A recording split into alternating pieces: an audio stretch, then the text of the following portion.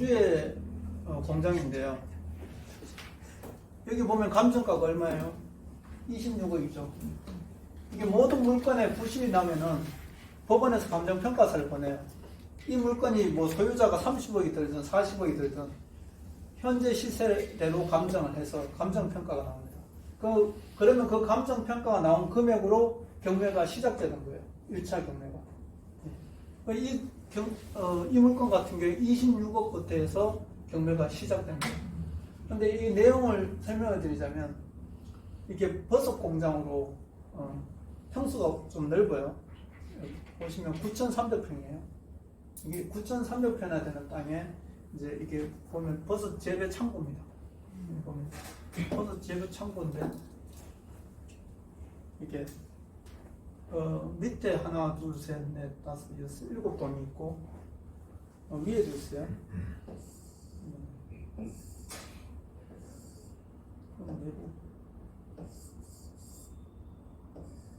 위에 사진이 이게 위에 사진입니다. 여기 이제 추가로 지으려고 털을 닦아놓고 위에도 있고 여기는 26억 감정인데 대출을 얼마나 했을까 한번 볼까요? 농협에서 11억 7천, 그리고 농협에서 3억 9,600, 농협에서 4억. 이렇게 공장들은요, 매출이 일어나면 추가 대출을 계속 이렇게 해요. 그리고 신용보증기금이 2억 4천. 이거는 담보대출이 아니죠. 신용대출이죠. 그리고 이제 개인 건조당 3억 9천이 있네요. 그리고 7억 7천이 또 있고요. 지역보증.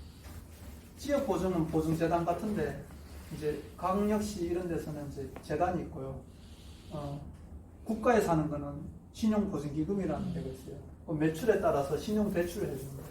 이건 담보대출이 아니고. 그래서 총 이 사람이 부실을 얼마를 냈냐면은 34억을 냈어요. 네. 이 공장 가지고 이제 총 부채 금액이 34억이에요. 근데 34억이든 뭐 50억이든 저희들은 관계없어요. 왜냐, 1순위 채권만 매입을 합니다. 근데 1순위, 결과적으로 보면은, 여기서 이제 매각이 됐다가 대금을 미납했고, 우리가 9억 4천에 낙찰 받았는데 5명이 왔어요. 네. 5명이 와서 이제 9억 4천에 낙찰 받았죠. 근데 이걸 참고적으로 말씀드리자면, 이게 감정가가 26억이에요. 근데 1순위 은행에서 아까 대출이 한 11억쯤 있었나요? 근데 이걸 우리가 채무에서 사후정산 방식으로 7억에 매입했어요. 7억 맞나요? 7억 5천. 7억 5천입니까? 7.5억에 매입을 했는데, 이거 낙찰 금액이 제가 말씀드렸죠. 곱하기 1.2나 1.25로 한다 했죠. 그래서 우리가 낙찰 금액이 9.4억을 받았어요. 내용은 이렇게 되는 거예요.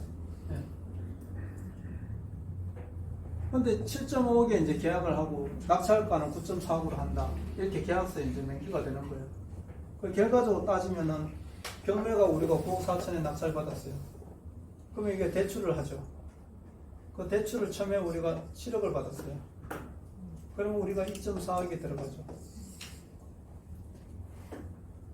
그러면 기존에 대출이 총 채권이 얼마 있었습니까? 34억이 있었죠. 1순위부터 2순위, 3순위 쭉 있었잖아요. 보증기금도 있고, 보증재산도 있고, 개인채권도 있고. 우리가 9억 4천에 낙찰해서 잔금을 납부하는 순간 이게 다 말소가 됩니다. 다 사라져요. 경매의 장점이 뭐냐? 모든 채권을 이제 낙찰을 받으면 말소를 시키죠. 깨끗하게 정리를 해주는 거죠. 우발적인 채무가 없고. 근데 유치권이나 분묘기지권 이런 게 있어요. 여기 보면요, 묘가 등기부를 띄보면 묘가 6필지가 있습니다. 9,000평이나 되다 보니까 거기에 산을 개발을 하다 묻어놨잖아요. 버섯공장. 그러니까 묘가 6필지나 있어요. 그럼 묘자리가 있으니까 감정이 9,000평인데도 26억밖에 안 나온 거예요. 등기부상이 몇 자리가 이어서 분묘기지권이 있고 뭐 그런 거예요. 근데 실제적으로 우리가 여기 현장도 가보고 이거 채권 매입할 때 이제 금액 확인하고 대출도 알아봐야 되잖아요. 다 알아보니까 해결할 수 있다 우리는. 그래서 이렇게 해서 들어갔는데 가보니까 묘지가 없는 거예요.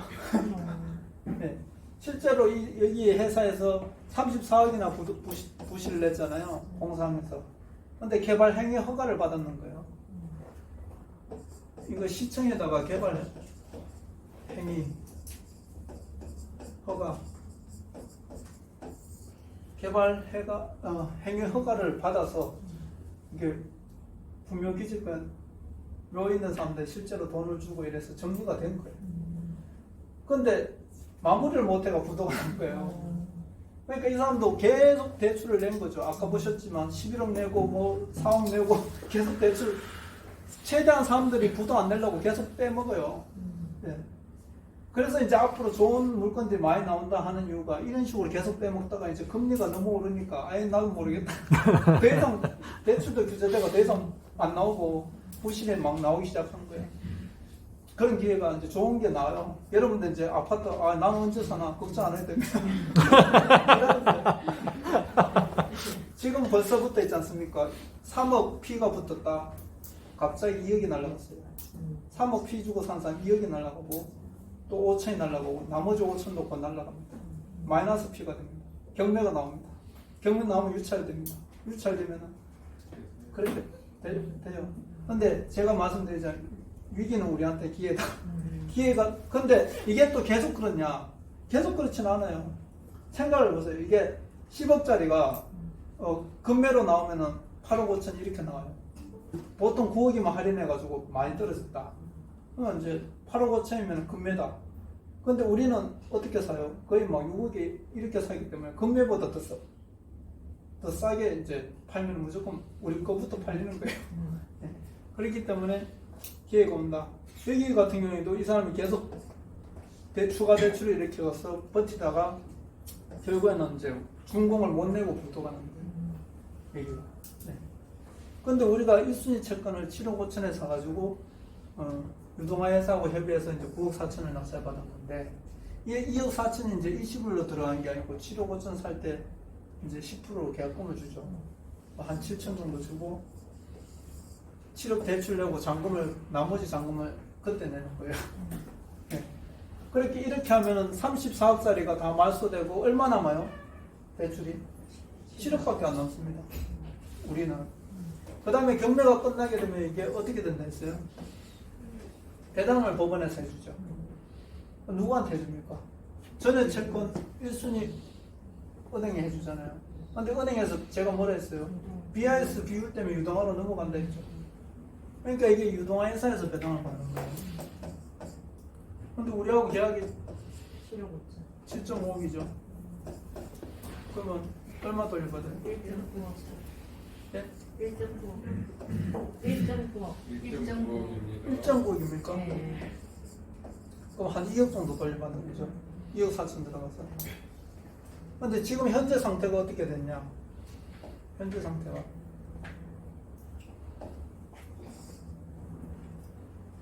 현재 우리가 7억 대출 됐는데 이제 플러스 2.5억을 더 받았어요.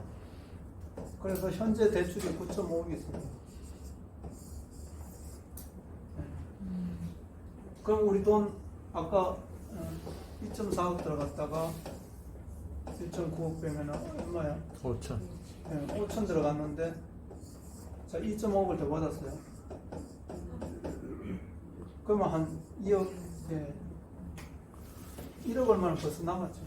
근데 지금 이걸 우리가 어떻게 하려고 하냐? 그냥 원래는 대출을 한 15억 내려고 했어요. 재감청해가지고. 근데 매수자가 누가 17억에 사간대. 그래갖고 17억에 이 사람이 이제 대출을 해가지고 사가려고 하는 거예요. 그러니까 이제 실제로 분묘가 없는데 등기부상이 나오니까 그것만 정리하면은 대지 가격이 30매도 올라가는 거예요. 30매도 올라가면 수익이 나니까 사가는 사람도 수익이 나니까 이렇게 진행을 하는데, 근데 우리가 지금 놔두다가 이제 로얄펀드가 제대로 돌아가니까 이걸 수익을 좀 내고 팔자. 그래서 우리가 이거 등기부를 바꾸려고 해요. 등기부 등본에 이게 묘지가 실제로 없잖아요. 이걸 실제로 없애려고 해요. 없애려면 어떻게 해야 됩니까? 개발 행위 허가 냈다가 부도났잖아요. 그 행위가 허가권이 죽었잖아요. 그걸 다시 살려야 되잖아요. 예. 그래서 우리가 살리는 작업을 지금 하고 있어요. 살려서 이걸 이제 없애고 정상적으로 만들어 놓으면 17억이 그냥 팔리겠죠. 대출만 해도 16억 이상 나옵니다. 그 16억이 나오면 현재 대출이 9억 5천 있으니까 얼마예요? 6.5억이죠. 네, 6.5억 수익이 나는 거예요. 그럼 여기서 이제 우리가 6.5억 수익 빼고 추가로 얼마를 더 받고 팔든지 아니면 정 안 되면 그냥 그 16억 대출만 갖고 가져가라. 이거 대지가 노가 없어졌기 때문에 가치가 30m가 뛰니까 무조건 매각이 된다.